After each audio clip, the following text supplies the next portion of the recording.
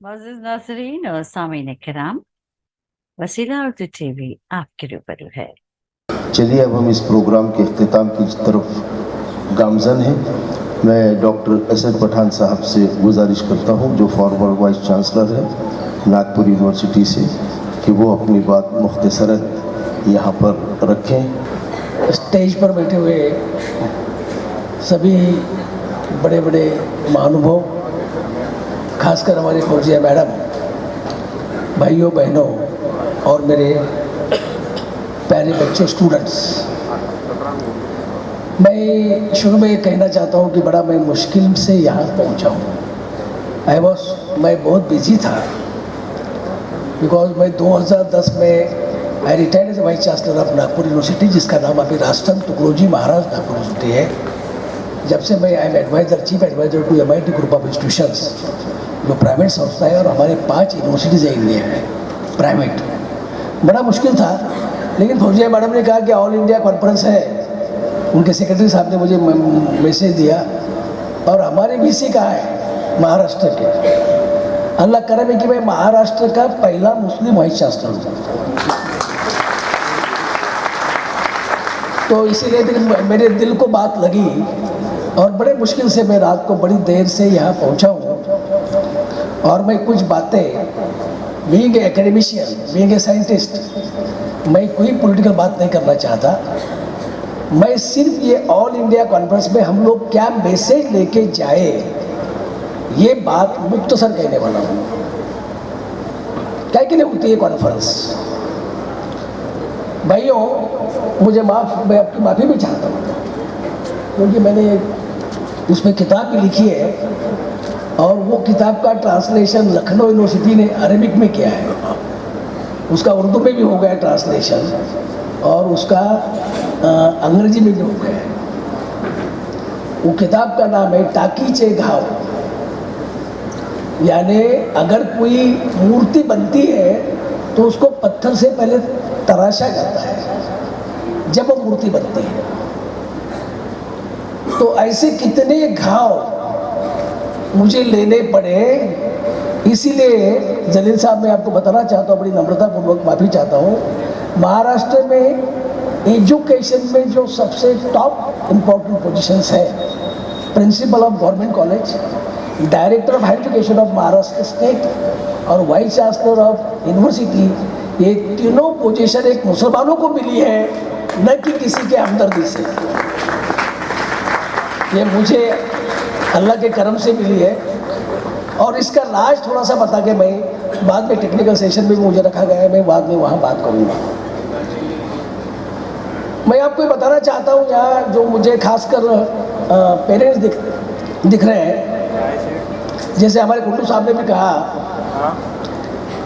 कि हमारे जो मुस्लिम के जो पेरेंट्स हैं, मेरे तो पिताजी अनपढ़ थे, मेरी माँ भी अनपढ़ थी, ये अपने बच्चे के एजुकेशन के बारे में कॉशियस है या नहीं, ये पहला सवाल है। नहीं, कोई समाज ने ये करना चाहिए, गवर्नमेंट ने ये करना चाहिए, उसने फला करना चाहिए, इस पर बात नहीं करूँगा, क्योंकि कोई भी सुधार अपने फैमिली से होता है, अपने घर से होता है। यहाँ बैठे हुए जितने भी लोग हैं, कम से कम वो इतना ही मैसेज लेकर जाए कि हमारी जिम्मेदारी ये है कि मैं मेरे बच्चों को या मेरे ग्रैंडसन ग्रैंड डॉटर को बेहतरीन एजुकेशन कैसे दे सकता हूँ। भाइयों, मैं आपको बताना चाहता हूँ कि मैं 50 ईयर्स से हायर एजुकेशन में काम कर रहा हूँ। I mean now 75 years. मैंने एक भी मुस्लिम पेरेंट्स मॉडर्न कॉलेज, जिसे हम बोलते हैं मॉडर्न एजुकेशन, यानी मैं अलीगढ़ मुस्लिम यूनिवर्सिटी का एग्जीक्यूटिव मेंबर रहा, यानी मैं अपने जामिया मिलिया का भी रहा, मैं उर्दू यूनिवर्सिटी मौलाना आज़ाद का भी रहा कोर्ट मेंबर, और मैं श्रीनगर कश्मीर का भी मेंबर रहा। एक भी मुस्लिम मैंने ये नहीं देखा कि मेरा बच्चा अंदर पढ़ रहा है मॉडर्न एजुकेशन। मैं मकतबे की बात नहीं कर रहा हूँ, मैं मदरसे की बात नहीं कर रहा हूँ, मैं उर्दू स्कूल की बात नहीं कर रहा हूँ। और माँ बाहर खड़ी है कि मैं बच्चे को लेकर जा रही हूँ। हमने हमारे बच्चों को एजुकेशन से नज़रअंदाज कर दिया। हम कंफ्यूज हो गए कि सही एजुकेशन क्या है। मैं कोई कंट्रोवर्शियल बात नहीं करना चाहता हूँ, मैं सिर्फ एक अपने को मिसाल देना चाहता हूँ। मैंने मेरी स्कूलिंग जो है, कहने वो जिसे हम हाई स्कूल कहते हैं मराठी में, मैं बहुत छोटे देहात से आता हूँ, रिमोट विलेज, जहाँ अभी अभी एसटी आने लगी। एसटी बस पहले आती भी नहीं थी। मेरे गांव में स्कूल भी नहीं, अभी हम लोगों ने बनाई हाई स्कूल। तो हर दिन 10 किलोमीटर चलते जाना, 10 किलोमीटर चलते वापस आना, तो कितना हो गया? 20 किलोमीटर का फासला। 4 साल मेरी माँ कहती थी मैं तुझे साइकिल लेके दूंगी, लेकिन नहीं दे सकी। कोई बात नहीं, ये इम्पोर्टेंट नहीं है। इम्पोर्टेंट बात मुझे ये लगती है कि जब भी खाना घर पे नहीं बनता था तो पैदल मैं स्कूल चले जाता था, और जब 1:30 बजे दोपहर की छुट्टी होती थी और मैं कोई बिल्कुल सिंपल स्कूल, एक रेंटल बिल्डिंग, एक तो हमारा क्लास था श्री राम के मंदिर में और एक क्लास था चौड़ी में, और एक रेंटल घर में बाहर आता था तो देखता था कि मेरी माँ घर से अपने कपड़े में खाना लेकर बांधकर 10 किलोमीटर पैदल चलकर आई है और बाहर बैठी है। और असली स्टोरी तो आगे है। और जब मैं बाहर आता था बच्चों के साथ, हमारे दोस्तों के साथ, तो मैं माँ पे गुस्सा करता था, क्यों आ गई ये खाना लेकर यहाँ। मैं दोस्तों के साथ खा लेता था। अभी 10 किलोमीटर तो पैदल चलते हैं और 10 किलोमीटर तुझे पैदल जाना है वापस, और तेरे पाँव में चप्पल भी नहीं है। यहाँ जितने भी हमारे लेडीज मेंबर्स बैठे हैं, सुनो, मेरी माँ ने एक भी बात नहीं की, कभी नहीं की, कुछ नहीं कहा। वो बस खाना मेरे हाथ में देती थी और फौरन अपने गांव चली जाती थी। अगर वो एक भी बात मुझे घर पे आने के बाद कहती थी कि हफ्ते में से 3 वक्त तो मुझे तेरी रोटी लेकर आना पड़ता है स्कूल में, इतनी तकलीफ होती है, बाद में मुझे सब खाना बनाना पड़ता है, ये भाइयों, मैं उसी वक्त मेरी स्कूल छोड़ देता, क्योंकि मैं ये नहीं चाहता था कि मेरी माँ को कुछ तकलीफ हो। और आज महाराष्ट्र का पहला वाइस चांसलर करके मैं आपके सामने खड़ा नहीं रह सकता। मुझे हमारे समाज में ऐसी माँ आज दिख रही नहीं है, ऐसे पिताजी दिख रहे नहीं है, वो अनपढ़ थे। और सबसे इम्पोर्टेंट बात आगे मैं बताना चाहता हूँ, क्योंकि मुझे 7 मिनट दिया और अभी तो ऑर्गेनाइजर ने कहा कि मेरे और 2 मिनट कट कर दिए। ठीक है, मैं तो बोलना, मैं तो डायरेक्टर, आप मुझे जरा बोलने का हक भी है। मैं I was controlling the whole education of Maharashtra for 6 years। Pooja madam का भी एक क्वेश्चन आया था उस वक्त, उसका जवाब भी हमने दिए थे, लेकिन नहीं हो गया, उसको मैं बाद में रेफर करूँगा। तो इसकी ये वजह थी कि मैं एक घर के हालात देखकर बड़ा परेशान होता था, दुखी होता था कि कितनी तकलीफ हो रही है अपने माँ बाप को अपने पढ़ाई के लिए। और उसी वक्त मुझे कुछ किताबें पढ़ने को मिली। कैसी मिली? I was library secretary. जो फर्स्ट बच्चा आता है स्कूल में ना, उसको हमारे वहाँ लाइब्रेरी सेक्रेटरी बनाते थे। पहली थी बाबा साहेब अम्बेडकर, उनका चरित्र पढ़ा मैंने। विसा खांडेकर की करोंचवत उपन्यास पढ़ा। साने गुरुजी का पूरा मैंने सब किताबें पढ़ी।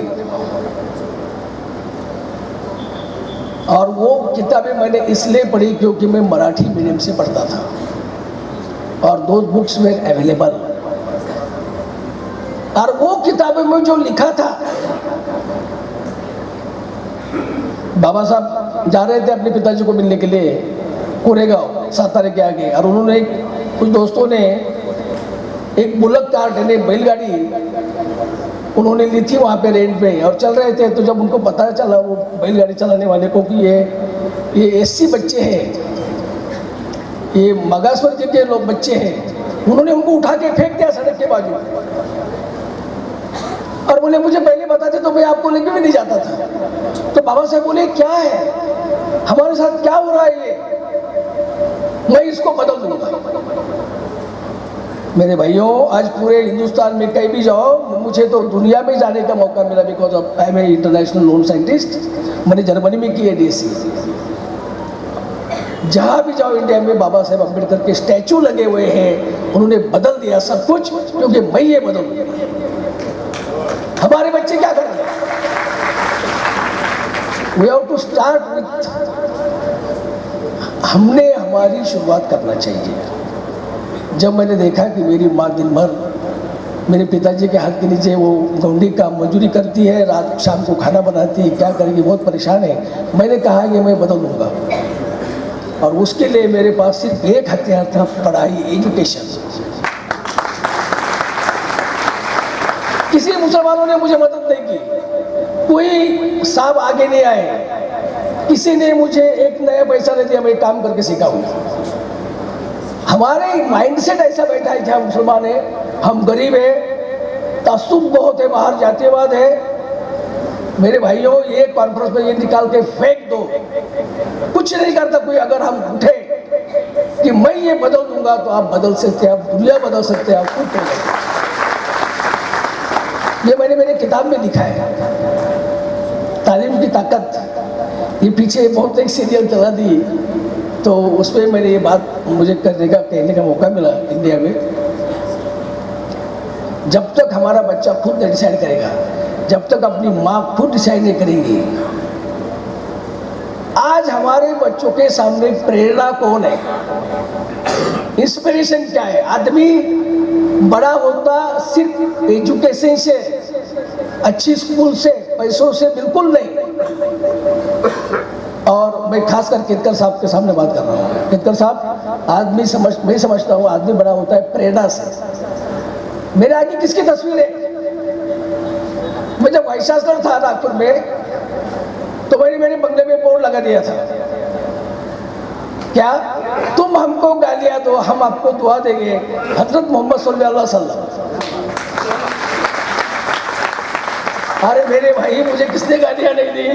हालांकि सर संघ चालक के सुदर्शन मेरे स्पीच सुनने के लिए आते थे यूनिवर्सिटी में, और बैठते थे और ऑडियंस में बैठते थे और बोलते नहीं, वैसे पता हमारे लोग जाते थे, सर आगे बैठो। बोले नहीं नहीं, मैं बड़ा साहब को सुनूंगा और चले जाऊंगा। कुछ नहीं होता, छोड़ दो बातें, सब दिमाग से निकालो। कोई तासुब नहीं है, हमको आगे आना है, हमारे बच्चों को आगे आना है। मैं खत्म कर रहा हूँ। और अगर हम ये कॉन्फ्रेंस से ये मैसेज लेके जाएंगे, तो हम आगे जा सकते। I was handling 2000 crore budget per year when I was director of education. एक किसी का लेटर की हिम्मत नहीं कि बड़ा साहब इसकी इंक्वायरी होना चाहिए, आपने क्या किया, नहीं कर सकते।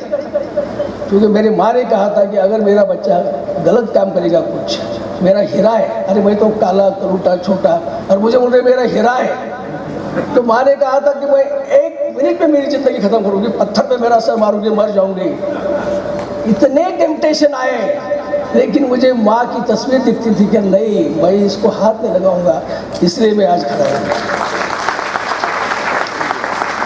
मेरे भाई साहब, हमारे सामने कोई प्रेरणा नहीं है, हमारे बच्चे पढ़ते नहीं है, उर्दू मीडियम में किताबें नहीं है, हमारे बच्चों को डॉक्टर बाबा साहब अम्बेडकर मालूम नहीं है, हमारे बच्चों को साने गुरुजी मालूम नहीं है। साने गुरुजी ने जब इस्लाम पढ़ा तो इस्लामिक संस्कृति नाम की किताब लिखी। इमाम भावे ने जब इस्लाम पढ़ा तो कुरान सार नाम का ग्रंथ लिखा। लेकिन हमारे बच्चों को इमाम भावे के बारे में कुछ मालूम नहीं है। मैं यहाँ पे स्टेज पर से मालूमात करना चाहता हूँ कि हर दिल्ली में हर या लाइब्रेरी होना चाहिए। मैं इस पर नहीं कहूँगा कि उर्दू मीडियम का क्या मेरिट साइड फौजिया खान साहब का उस वक्त क्वेश्चन था कि इतने स्कूल है हमारे उर्दू मीडियम के, इतने जूनियर कॉलेज है, लेकिन महाराष्ट्र में एक भी सीनियर कॉलेज उर्दू का नहीं है। और उन्होंने सजेशन दी थी कि महाराष्ट्र में उर्दू के सीनियर कॉलेजेस गवर्नमेंट निकाले। मैंने उसका उत्तर बहुत पॉजिटिव दिया था, क्योंकि हमारे पास से उसका जवाब जाता है डायरेक्टर से लेकिन आई एम सॉरी टू से सीनियर कॉलेज उर्दू का निकला, उस पर मैं बात करना नहीं चाहता। चाहे मैं तो यूँ कहूँगा कि आप स्टेट लैंग्वेज से अपने बच्चों को पढ़ाओ। मैं स्टेट लैंग्वेज से पढ़ा हूँ, मराठी, अंग्रेजी तो बाद में सीखा हूँ। अंग्रेजी is not the only language. मैं फ्रांस गया, कोई अंग्रेजी बात करता नहीं। मैं स्विट्जरलैंड गया, कोई अंग्रेजी बात करता नहीं। मैं जापान गया, कोई अंग्रेजी बात करता नहीं। और जर्मनी में जब मैंने पोस्ट डॉक्टर किया, बिल्कुल नहीं, पहला तो मुझे जर्मन पर सीखना पड़ा। अंग्रेजी लेके क्या बैठे, English medium English medium English medium. बच्चों के सामने प्रेरणा पहले अपनी माँ और बाप है, अपनी माँ की तस्वीर, और वो प्रेरणा बनाने के लिए माँ ने मेहनत करना है। अगर बच्चा मेहनत करेगा तो हम आगे जाएंगे और हमारे बच्चे भी आईएएस बनेंगे, हमारे बच्चे भी director of education of Maharashtra में पहला था एमपीएससी में फर्स्ट बनेंगे, और हमारे बच्चे भी आगे जाएंगे, इसका मुझे बिल्कुल यकीन है। बच्चों में एक लहर आई है, माँ बाप में एक लहर आई है, मैं पॉजिटिव हूँ, और हमारे बच्चे हायर एजुकेशन में आगे आ रहे हैं, मैं खुश हूँ। Thank you very much.